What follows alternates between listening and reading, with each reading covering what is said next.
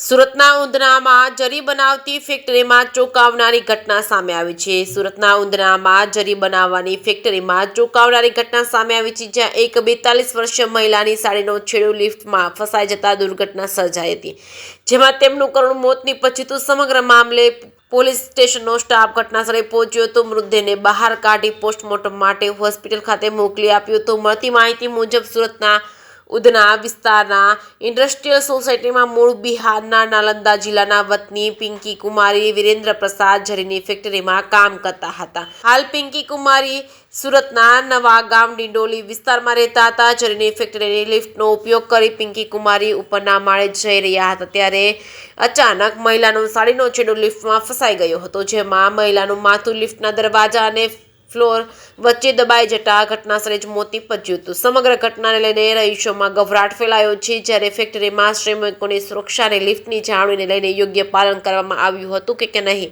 તેને લઈને પોલીસે વધુ તપાસ આદરી છે. જે કેસી ગુજરાતી સાથે સુનિલ ગંજાવાલા, સુરત.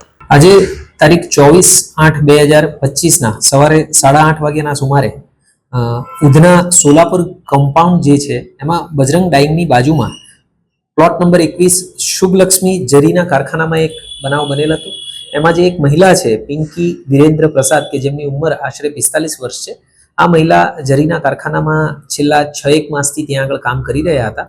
જ્યારે પોતાનું કામ કરી રહ્યા હતા ત્યારે તેમણે જે સામાન ઉપર નીચે લઈ જવા માટેની જે લિફ્ટ છે એ લિફ્ટની અંદર કામ કરી રહ્યા હતા, ત્યારે એમનો સાડીનો છેડો ભરાઈ ગયો લિફ્ટની અંદર, અને એના કારણે એ ખેંચાઈ ગયા હતા અને એમાં એમના જડબા અને મોઢાના ભાગ ઉપર ઇન્જરી થઈ, જેના કારણે એમનું અવસાન થયેલું છે. હાલ આ બાબતે આગળની એડી દાખલ કરી અને આગળની તપાસ ચાલુ છે. મહિલા કેટલા વર્ષથી ત્યાં નોકરી કરતી હતી અને એના છોકરાઓ? જાન્યુઆરી માસથી આ મહિલા નોકરી કરતી હતી, અને આ મહિલા જે છે એ પ્લોટ નંબર 245 શિવરાજનગર નવા ગામ ડિંડોલી અને ખાતે રહે છે પોતાના પતિ અને બાળકો સાથે, અને મૂળ વતન એ બિહાર છે. એમના પતિ પણ આ જ રીતે કારખાનામાં મજૂરી કામ કરી રહ્યા છે.